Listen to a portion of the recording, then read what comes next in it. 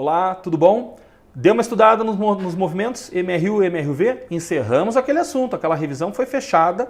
Dá uma lida nesses assuntos que vale a pena. Na aula de hoje nós começamos com a parte vetorial, nós vamos analisar os vetores. Antes de começarmos a nossa revisão sobre a dinâmica, onde nós vamos estudar as causas do movimento, lembra que nós já vimos o conceito de aceleração, mas a aceleração ela está intimamente relacionada com a força resultante aplicada sobre o móvel do qual nós analisamos o movimento. E para isso nós precisamos antes ter uma boa visão do que são vetores. Afinal de contas, a própria aceleração e a força são grandezas vetoriais. Então é isso que a gente vai ver nessas aulas, nas próximas aulas. São 2 aulas onde nós vamos discutir as questões vetoriais, tá certo? Então vamos dar uma olhadinha, como me acompanhe. Veja lá, física, e a gente vai analisar questões vetoriais. Então essa aula 8, eu chamei de grandezas vetoriais primeira. Tá? Primeira aula de grandezas vetoriais. O que você está vendo aí é um campo vetorial em torno de uma esfera.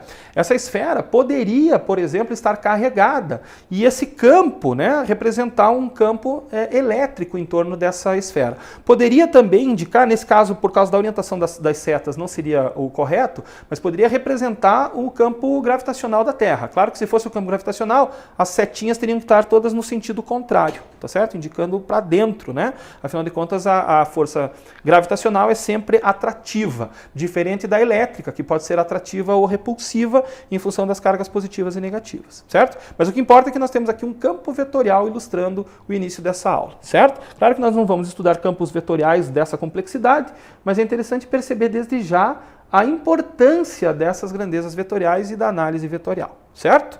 Vamos adiante? Então, eu separo as grandezas em 2 grandes espécies, né? Grandezas que são escalares e as grandezas que são vetoriais. Nós vamos estudar as grandezas vetoriais mais a fundo nessa aula, mas é sempre importante lembrar que existem grandezas que são escalares. O que são as grandezas escalares? São aquelas que não necessitam serem descritas através de um vetor. Eu te digo qual é a intensidade, que é simplesmente um número, vamos dizer assim, e uma unidade coerente de medida. Então, dito o número mais a unidade, eu tenho então o que a gente pode chamar de intensidade. Alguns autores gostam de dizer que o número é um módulo e a intensidade seria a junção do número e da unidade. Mas vai lá, de qualquer forma, o número vai representar a intensidade seguido da unidade coerente, né? Então exemplos disso são a temperatura da sala. Eu posso dizer para vocês assim, olha, a temperatura desta sala é de 27 graus Celsius.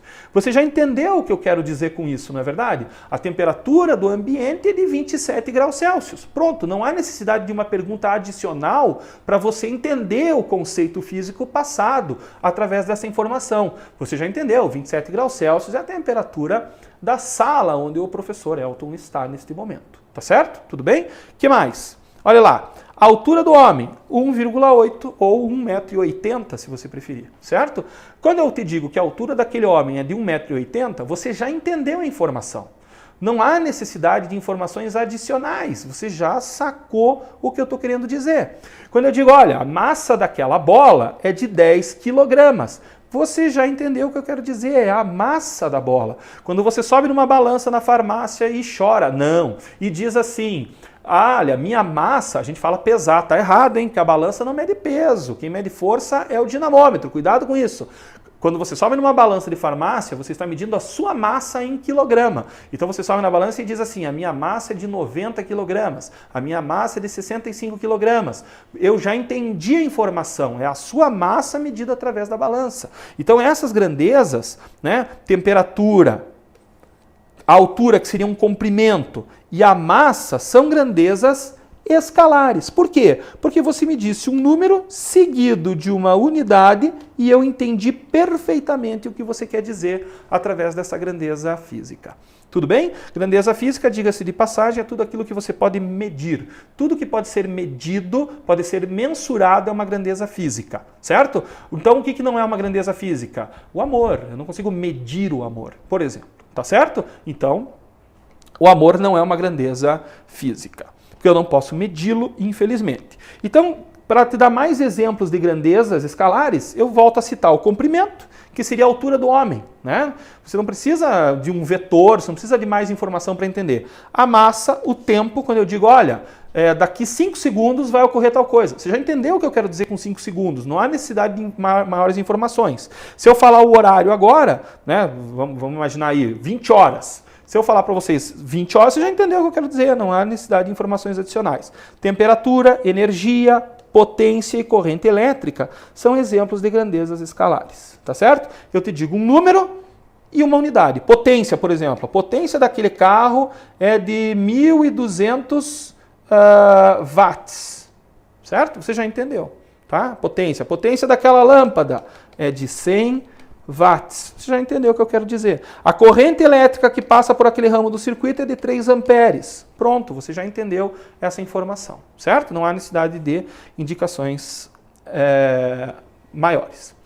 Já as grandezas vetoriais, essas sim, gente, para ficarem bem definidas, elas necessitam da indicação da intensidade e da unidade de medida. Beleza? É claro que elas precisam também do número e da unidade, mas elas também precisam da direção e do sentido, porque senão perde a informação, não se dá de forma completa. Quer ver? Eu posso dizer assim para você, olha, eu dei um chute numa bola nesse final de semana, eu fui jogar futebol, eu dei um chute na bola de intensidade 50 newtons. Ora, você tem uma ideia da força que eu apliquei sobre a bola, 50 newtons, beleza? O Elton deu um chute na bola e a força que ele aplicou na bola foi de 50 newtons. Eu entendi essa informação. Mas você consegue imaginar o chute que eu dei? Não consegue. Você não sabe para que lado eu chutei. Você não sabe se eu chutei paralelo à grama. Você não sabe se eu chutei exatamente na vertical, porque a informação 50 newtons não te traz isso. Agora, se eu digo assim, eu dei um chute na bola com uma força de intensidade 50 newtons vertical para cima, você já sabe que eu chutei a bola para cima. Né? Uma força de 50 newtons, a bola subiu verticalmente. Você conseguiu agora ter uma boa visão da aplicação da força sobre a bola. Então a força, já adianto para vocês, é uma grandeza vetorial, porque se eu digo simplesmente a força que eu apliquei de 50 newtons, essa informação não é suficiente. Eu preciso ainda dizer, olha, além disso, eu chutei vertical para cima. Aí você consegue enxergar, certo? Consegue ter uma ideia, consegue descrever fisicamente, eventualmente matematicamente, o chute que eu dei nessa bola. Tá claro? Entendeu a ideia? Então é isso. Então volta lá. Ó. A força aplicada na bola foi de 50 newtons horizontal para a direita. Eu falei vertical agora há pouco, mas vai lá, horizontal para a direita. A velocidade do foguete, 256 metros por segundo, vertical para cima. Se eu falar para você que a velocidade do foguete é 256 metros por segundo, você fala assim, poxa, esse foguete está indo rápido, mas eu não sei como é que ele está indo. Se eu falo vertical para cima, você já passa a ter uma boa ideia da velocidade desse foguete e do movimento que esse foguete está executando. E eu digo assim, a aceleração da gravidade é 9,8 metros por segundo, vertical para baixo. Afinal de contas, a aceleração também é uma grandeza vetorial. Certo, gente? Então, as grandezas vetoriais, elas necessitam, além da intensidade e da unidade, elas também precisam da orientação, da direção e do sentido. Então, uma grandeza vetorial só fica bem caracterizada através da intensidade e da unidade, né? Daquele número seguido da unidade, da intensidade, da direção e do sentido. Senão eu não consigo entender o que está acontecendo através dessa grandeza. Certo? Tudo bem? Exemplos de grandezas que são vetoriais: o deslocamento, a velocidade, a aceleração, a força, a quantidade de movimento e o impulso. Tá certo? Deslocamento. Quando eu digo para você que o móvel saiu daqui e chegou lá, né, dessa cidade A até a cidade B, eu tenho um vetor de deslocamento que a gente pode representar por ΔS. O mesmo ΔS que a gente viu lá nas aulas de MRU e de MRUV, certo? Só que agora eu estou dando uma conotação vetorial para esse deslocamento. A gente pode até chamar de deslocamento vetorial. Depende da posição de saída e da posição de chegada, do S e do S0. Certo? Então liga um vetor. Lembra que dependia de S e de S0 e não por onde ele passou? Dependia só da posição de saída e da posição de chegada? Justamente porque eu tenho um vetor ligando esses dois pontos. Certo? Tudo bem? Vamos adiante? Como é que eu represento o vetor? O vetor é uma setinha, uma flechinha, melhor dizendo. Né? O comprimento dele tem a ver com a intensidade. Então, se eu represento um vetor pequenininho, ele representa uma intensidade menor. Claro que a gente pode estabelecer escalas para isso, mas não é o caso da gente mexer com isso agora, mas eu poderia estabelecer escalas. Como, por exemplo, eu digo assim, ó, cada 1 centímetro do vetor representa 20 metros por segundo da velocidade dele, certo? Mas a gente não precisa pensar nisso agora. Mas é legal a gente ter essa ideia de que vetores pequenininhos representam pequenas intensidades e vetores grandes vão representar intensidades que são maiores. Então a intensidade do vetor está relacionada com o comprimento que ele tem, certo? A direção do vetor é a direção da reta suporte, na qual ele está suportado. Geralmente a gente usa aquele ângulo alfa, um ângulo ou qualquer ângulo, né? Beta, gama, o que você quiser representar, teta.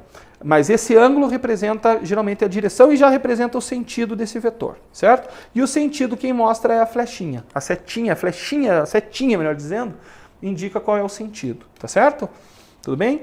As direções, elas podem ser horizontal, vertical ou inclinado. Quando é inclinado, a gente usa aquele ângulo para dizer, ó, 30 graus, 50 graus. E os possíveis sentidos para cada uma das direções pode ser para cima, para baixo, para a direita e para a esquerda. Tá certo? Então, cuidado, não confunda. Às vezes eu vejo alunos ainda confundindo isso, né? Dizendo sentido horizontal, direção para baixo. Não, cuidado. As direções elas podem ser horizontal, vertical e inclinado.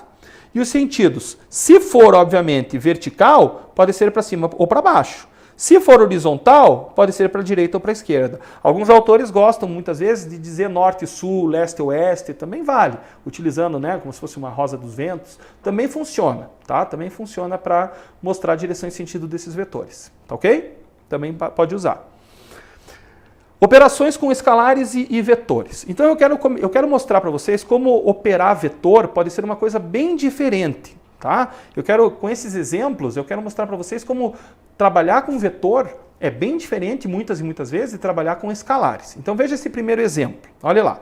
Imagine que você foi na feira e você comprou 7 kg de bananas. E você também achou as maçãs muito bonitas e resolveu levar para casa 3 kg de maçãs. Então eu pergunto, qual o total de massa de frutas que você está levando na sua sacola para casa?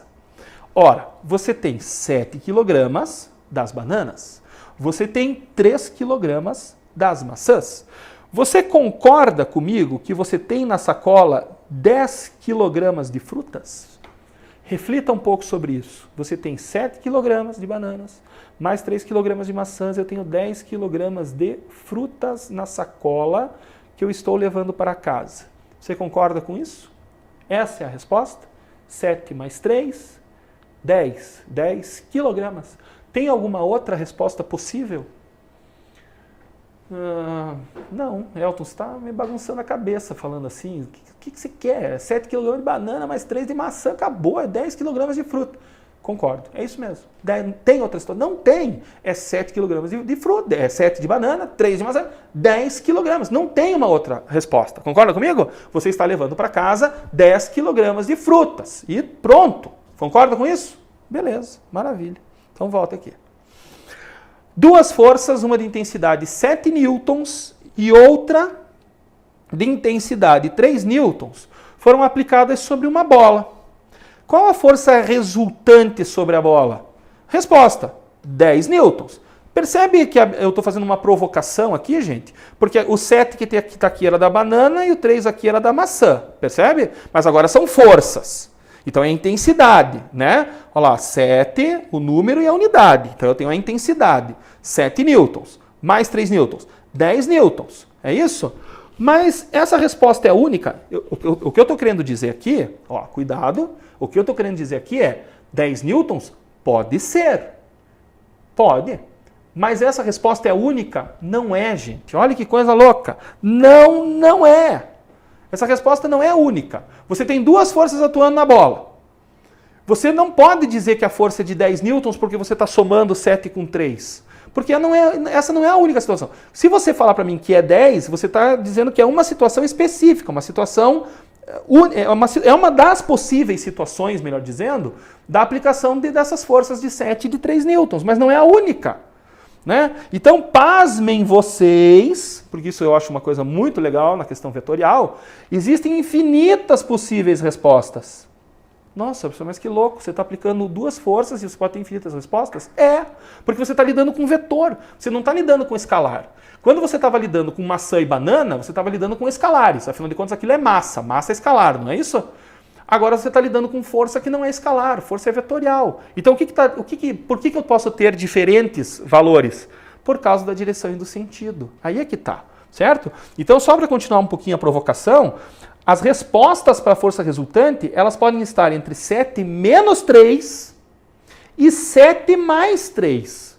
Veja que aqui você tem o 10 newtons, mas você também pode ter 4 newtons. E você pode ter qualquer valor entre 4 e 10. Por que isso acontece? Eu já dei a resposta, né? Acabei falando, né? Mas por que pode acontecer esse lance da força resultante ser qualquer valor entre 4 e 10 newtons? Por causa da direção e do sentido do vetor. Certo? Então, olha só, lembre-se, um vetor, além de possuir intensidade, né, que seria o número mais a unidade, possui direção e sentido. E é essa direção e esse sentido que podem ser diferentes em relação ao vetor de 3 e 7 newtons. E é por isso que podem existir infinitas respostas. Deixa eu apagar aqui. Por isso que podem existir infinitas respostas. Tá? Então a máxima intensidade, estou falando da força resultante, tá, gente? O que é a força resultante? É a força que indica qual é a ação das duas forças juntas. Tá? A força resultante ela é matemática, ela não está atuando de verdade, mas é o resultado matemático da ação dessas duas forças em conjunto. Como essas forças podem apresentar direções e sentidos diferentes quando aplicadas sobre a bola, eu posso ter forças resultantes diferentes. Tá certo? É isso que a gente está discutindo aqui. Diferentes entre um valor máximo e um valor mínimo. É isso que a gente está discutindo. Então volta para cá. Então quando é que eu vou ter a máxima intensidade possível? Quando os dois vetores tiverem a mesma direção e o mesmo sentido. Então reparem que esses dois vetores aqui, ó, o de 7 e o de 3, os dois são horizontais e para a direita. Concordam comigo? Ó, você está olhando para a tela, tá para a direita. Então, horizontal para a direita. Como os dois têm a mesma intensidade, você soma a ação dos dois. É tipo o cabo de guerra. O cara estava puxando com 7 newtons, veio o outro para te ajudar com 3. Então ele puxou na mesma direção, no mesmo sentido. Somando 7 mais 3, você tem uma resultante de 10 newtons. Está aqui, ó. Então você soma dois vetores quando eles têm a mesma direção e o mesmo sentido. E a mínima intensidade, a menor intensidade possível, é se alguém puxar para o outro lado. Você está puxando com 4 para um lado, né, e o outro com 3 para o outro, você vai ter uma intensidade diferente. Então, olha aqui, ó, você puxa com 7 para cá, vem um outro e puxa com 3 para lá. Reparem que aqui a resultante agora dá 4. Percebe? Porque agora, imagine, a pessoa falou, vou te ajudar, mas ela puxa do outro lado, você fala, não, peraí, você está me atrapalhando. A força resultante que podia ter sido de 10 passou a ser de 4, porque você começou a puxar no sentido contrário do que eu estou puxando. Então você tem 7 menos 3, então 4 newtons. Esse seria o máximo, o 10, e esse 4 é o mínimo. Entenderam a ideia, gente? Só que você pode ter outras orientações. Olha, o que a gente analisou até agora? A gente analisou o seguinte, ó. Os dois vetores assim, você somou. Os dois vetores assim, até sair assim, né? Você subtraiu. Mas eu posso ter diferentes. Imagina que o de 7 eu fixei aqui, ó. Mas o de 3 pode ter infinitas posições, percebe? E para cada posição que eu tenho do vetor de 3 newtons, eu tenho uma força resultante diferente. Então eu tenho entre o máximo e o mínimo. Tá claro? Enxergou? Volta aqui. Ó, os resultados intermediários surgem das diferentes direções e sentidos dos dois vetores. E aí, como é que calcula isso? Né? Então nós vimos que é fácil, deixa eu apagar aqui, deixa eu deixar aqui mais fácil de enxergar. Reparem que quando os dois vetores têm a mesma direção e o mesmo sentido, é fácil, é só somar. Quando eles têm a mesma direção, mas têm sentidos contrários, é fácil, é só subtrair. Então, beleza. Se está assim, somou. Se está assim, subtraiu. Beleza? E agora, se tiver assim, assim, como é que faz? Então a gente vai precisar de um outro conceito matemático. Né? A gente vai precisar da lei dos cossenos. Lei dos cossenos. Imagine o vetor A aqui, o vetor B. Podia ser aquele vetor de 7 newtons, ó. Aqui podia ser o vetor de 3 newtons, aqui o de 7 newtons, por exemplo. Só que agora eles estão formando um ângulo. Veja que não estão mais com a mesma direção e o mesmo sentido. Eles têm diferentes direções e diferentes sentidos. Então, como é que eu faço? Eu preciso da lei dos cossenos. Eu junto eles, ó, geometricamente, eu coloco os dois unidos pela origem, né? Isso é uma coisa que eu não falei lá, quer ver? Eu posso voltar, aqui, ó. Deixa eu voltar aqui nesse slide, ó. Todo vetor tem uma origem e uma extremidade, tá? Então, a origem dele é onde não está a flechinha, a extremidade é onde está a setinha lá. Tá? Então, todo vetor tem uma origem e uma extremidade. Então, você junta os vetores pelas origens. Quer ver? Deixa eu voltar aqui. Ó. Deixa eu só achar aqui. Opa, voltei demais. Estou voltando aqui, já vou te mostrar. Aqui. Ó, você junta, olha aqui, ó, se junta os dois vetores pela origem, certo? Obedecendo, obviamente, a orientação de cada um. E aí você usa uma regra chamada regra do paralelogramo, que diz que você, a partir da extremidade desse, constrói uma linha de construção paralela a esse, né, ó, da extremidade desse, uma linha de construção que seja paralela a esse vetor aqui, certo? E o mesmo você faz daqui, ó, da extremidade desse, paralelo ao outro lá, você traça uma linha de construção, certo? No encontro das linhas de construção, você vai encontrar a extremidade do vetor resultante. E a origem dele está na origem de todos os vetores. Então você acabou de encontrar geometricamente o vetor resultante. Mas como é que calculo a intensidade dele? Eu quero calcular, eu quero saber quanto ele vale. Ora, usa então a lei dos cossenos. A lei dos cossenos diz que a resultante elevado ao quadrado é igual à intensidade do A ao quadrado mais a intensidade do B ao quadrado. Isso aqui tem uma estrutura bem interessante, né? Que é o teorema de Pitágoras, a gente já vai ver isso, tá? Aí você tem uma informação adicional, porque o ângulo não é de 90 graus. Então você tem mais 2 vezes o A vezes o B, vezes o cosseno do ângulo θ, que é o ângulo entre os dois vetores. Ó. Esse ângulo aqui é o ângulo θ, que é o ângulo entre os dois vetores. Certo? Então essa é a lei dos cossenos. A resultante vai ter uma intensidade elevada ao quadrado, que é igual a ao quadrado mais b ao quadrado, mais 2 vezes o a vezes o b, vezes o cosseno do θ, e esse θ é o ângulo entre esses vetores. Θ, alfa, tanto faz. Mais uma letra grega que denote um ângulo. Tudo bem, gente? A gente já vai fazer um exercício sobre isso. Se os vetores forem perpendiculares, o que é ser perpendicular? Formar 90 graus. Então, olha aqui o vetor A e o vetor B, eles estão formando aqui um ângulo θ de 90 graus. Repare ali na figurinha, ó, 90 graus. Então, vamos aplicar a lei dos cossenos sobre essa situação. Então, vamos lá, lei dos cossenos, está aqui, ó, R ao quadrado é igual a ao quadrado mais b ao quadrado, mais 2 vezes A vezes B vezes o cosseno de θ. Então, R ao quadrado vai ser intensidade de A ao quadrado, estou lendo a segunda linha aqui, ó. R quadrado igual a ao quadrado mais B quadrado, mais 2 vezes o A vezes o B, vezes o cosseno de 90 graus, afinal de contas é o ângulo entre eles ali. Só que o cosseno de 90, quanto que é cosseno de 90, gente? É 0, né? Então tá aqui, ó, 0. 0 vezes esse termo todo aqui, ó, cai fora. 0 vezes tudo isso cai fora, então dá 0, ó. Então sobrou R ao quadrado, que é igual a ao quadrado mais B ao quadrado, que é nada mais nada menos que o teorema de Pitágoras. Lembra? Lembra disso? O valor da hipotenusa elevado ao quadrado é igual à soma do quadrado dos catetos. Ou seja, que nem os matemáticos gostam de dizer, A ao quadrado é igual a B ao quadrado mais C ao quadrado. Né? Onde o A é a hipotenusa elevado ao quadrado, que é igual a B ao quadrado mais C ao quadrado, onde B e C são os catetos desse triângulo. Tá certo? Então foi o que sobrou a partir da aplicação da lei dos cossenos sobre dois vetores que formam um ângulo de 90 graus entre si. Né? Volta para cá. Então, tranquilo. Então eu tenho 3 coisas que são fáceis. Veja, vem cá, ó, eu tenho 3 coisas que são tranquilas, penso eu, de serem calculadas. 2 vetores com a mesma direção e o mesmo sentido, soma a intensidade. Você tem a intensidade da força resultante. Se eles tiverem mesma direção, mas sentidos contrários, você simplesmente subtrai. Faça o maior menos o menor e ganha o maior, tipo cabo de guerra. E se eles forem perpendiculares, né? Olha aqui, ó, se formarem ângulo de 90 graus, né? Ângulo de 90 graus, você aplica o teorema de Pitágoras. Pronto. Isso cobre a grande maioria das situações. Claro que se formarem um ângulo diferente entre si, você vai ser obrigado a utilizar a lei dos cossenos inteira. Tá? Claro que os caras são camaradas, eles colocam um cosseno de 120, cosseno de 180, os valores notáveis, certo? Então é bem tranquilo, dificilmente inventam situações bem complicadas com esse ângulo. Geralmente são ângulos que a gente consegue obter de forma facilitada através de uma tabela ou através de um cálculo rápido. Tá certo? Uma redução de quadrante, alguma coisa assim. Tá bom? Tranquilo?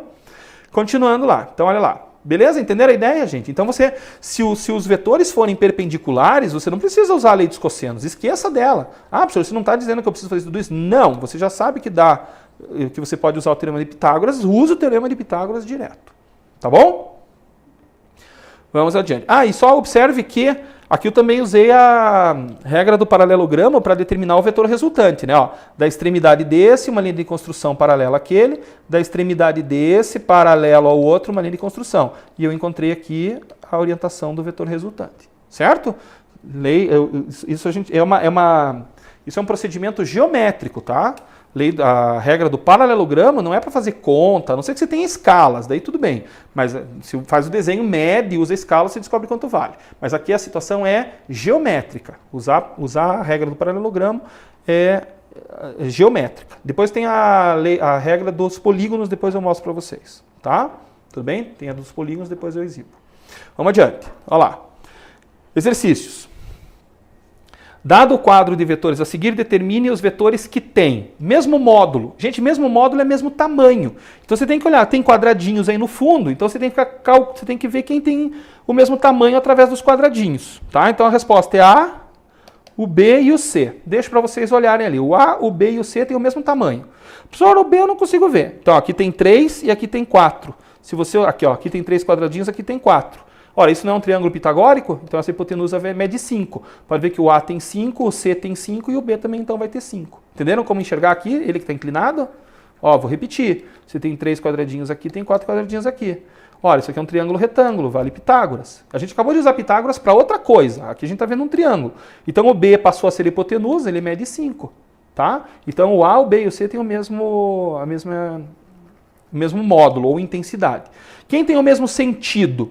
Sentido é flechinha, então é o D e o F. São os únicos que estão orientados horizontalmente lá para a esquerda, né? Então D e F.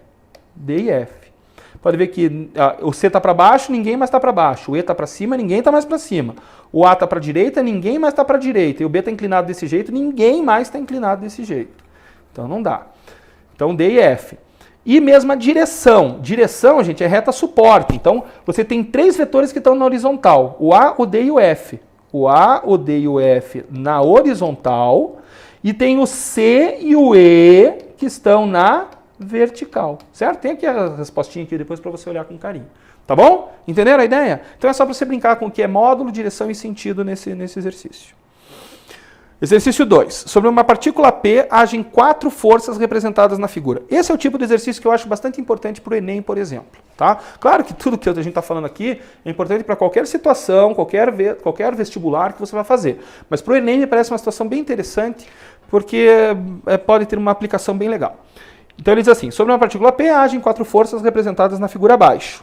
O módulo da força resultante sobre a partícula é D. Então, vamos marcar ali depois a letra correta. Então, eu tenho 4 forças aplicadas no ponto P. Ele quer saber qual é a força resultante. Então, vamos lá.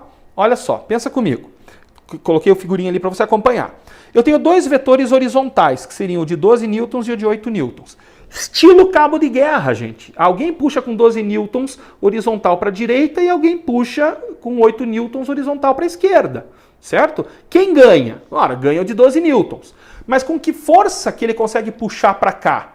Professor, 8 dos 12 que ele faz, ele usa para empatar. Sobra 4 para ele ganhar. Isso, legal esse raciocínio. Então, você faz subtração, não é isso? Vetores com a mesma direção, olha aqui, ó, vetores com a mesma direção, mas sentidos contrários, subtrai, não é isso? Faça o maior menos o menor e o maior ganha na direção e no sentido também. Então, veja lá, 12 menos o 8, 4 newtons. Aliás, esses 4 newtons vão ser horizontal, né, direção horizontal para a direita, certo? Então está aqui representado ele ali, ó, 4 newtons na figurinha do lado. Horizontal para a direita. Ganha quem fez mais força. Só que eu não tenho só essas forças horizontais, eu também tenho forças que são forças verticais. Então eu tenho 6 newtons puxando para cima e 3 newtons puxando para baixo. Quem ganha? Professor, ganha quem está puxando para cima? Sim, com que intensidade? Professor, 3 para empatar e 3 para ganhar, por isso que ele está fazendo 6. Isso, então faz o maior 6 menos o 3, você tem 3 newtons e ganha vertical para cima. Então está aqui os 3 newtons que você enxergou dessa resultante, tá ok? Então o que a gente fez até agora? A gente calculou a resultante horizontal e a resultante vertical, certo? Reduzimos todas as forças horizontais que nós tínhamos para uma só, que seria a resultante horizontal, e pegamos todas as forças verticais que tínhamos e reduzimos para uma só e chamamos ela de resultante vertical, certo? E representamos isso na figura, dá uma olhada lá, representamos isso nessa figurinha aqui, tá ok? Então é isso que a gente fez até agora. Só que ele quer saber a resultante, e eu tenho dois vetores agora. Só que você concorda que pela estrutura da figura eu tenho 90 graus aqui e tenho 90 graus aqui? Então são dois vetores que são perpendiculares. Como é que eu calculo a força resultante entre eles? Deixa eu ver. Pitágoras. Muito bem. Então usa o teorema de Pitágoras. Força resultante ao quadrado é igual à intensidade de um vetor, 3 ao quadrado, mais o 4 ao quadrado. Certo? Então apliquei o teorema de Pitágoras. 3 ao quadrado, 9. 4 ao quadrado, 16. Já soma os dois, vai dar 25. Como aqui está elevado ao quadrado, tira a raiz. Força resultante é raiz de 25, que é 5. Então, essa é a força resultante. Certo? Então, a força resultante que puxa, que aplica uma força que pudesse ser substituída por uma força única, é uma força de 5 newtons. Agora tá. 5 newtons é a direção e o sentido. Ou melhor, 5 newtons é a intensidade, é o número e a unidade. Está faltando direção e sentido. Ele não pede para fazermos isso no exercício. Mas se fosse para indicar direção e sentido, como é que nós faríamos? Geometricamente. Volta lá para a figura. Geometricamente, da extremidade desse, claro que não vai ficar bom, né, gente, que eu estou sem régua, mas o que vale é a ideia. Da extremidade desse vetor, paralelo ao outro, eu traço uma linha de construção. Tá ok? Deixa eu melhorar essa linha de construção, que eu acho que eu consigo fazer melhor. Ó, traço uma linha de construção. Tá ok? Da extremidade desse vetor paralelo ao outro, uma linha de construção. Onde é que está o vetor resultante? Origem na origem e extremidade no encontro das linhas de construção. Essa é a força resultante que nós calculamos de intensidade 5 newtons. Tá ok, gente? Tranquilo? Então volta aqui. Essas são as grandezas vetoriais e as suas operações. Tá certo? Acho muito importante você lembrar da ideia de que vetores com a mesma direção e o mesmo sentido soma, mesma direção, mas sentidos contrários subtrai, vetores perpendiculares você usa Pitágoras. Se eles tiverem uma outra inclinação, você usa a lei dos cossenos, a famigerada lei dos cossenos, é uma equação grandinha, mas que se você treinar, eu tenho certeza que você vai se dar bem. Tá ok? Valeu, até a próxima aula, fé nos estudos, leia bastante, física não é uma disciplina semelhante à matemática. Física é conceitual, há necessidade da leitura sobre os conceitos, sobre as leis, para você se dar bem. Tá ok? Até a próxima aula, gente. Um abraço.